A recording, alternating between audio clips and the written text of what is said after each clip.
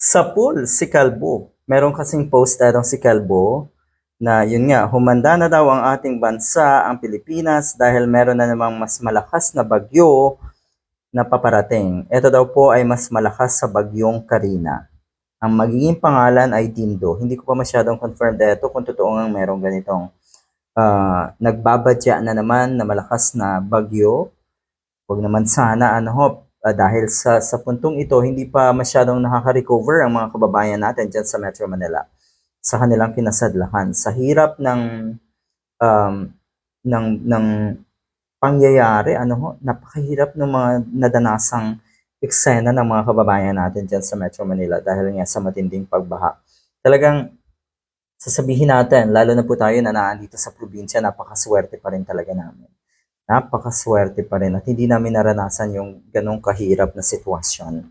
Ang daming ang daming nangailangan ng tulong at ito po ay isang paraan na naman para makita ang pagbabayanihan ng ating mga kababayan.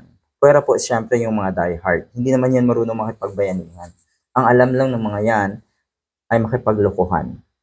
Manloko, manggoyo. Okay? So ito, mas malakas daw ito sa bagyong Karina, kaya mag-ingat tayo. Pero ang mas nakakatuwa dito, sa pool, etong si Mr. Jason sa mas malakas si Bagyong Digong, sabi ng isang netizen. Mas malakas si Bagyong Digong. Pero kakaiba siya kasi walang ulan, puro lang daw hangin. Kayo rin po mismo, Mr. Jason sa ang lalakas niyo po, puro kayo hangin. Yung tipong akala niyo talagang may alam kayo pag nagsalita, pag banatan yung ibang tao. Hindi ba kayo nahiya na matindi yung banatan ang ibang tao, ang ibang personalidad na itinuturing yung kaaway pero ni minsan hindi kayo pinansin? Why? Bakit hindi kayo pinansin? Katulad ni Jason sa napaka-tindi na itong banata ng ABS-CBN. Bakit? Binalikan ba siya ng ABS-CBN at binanatan ba siya ng mga executives ng ABS-CBN?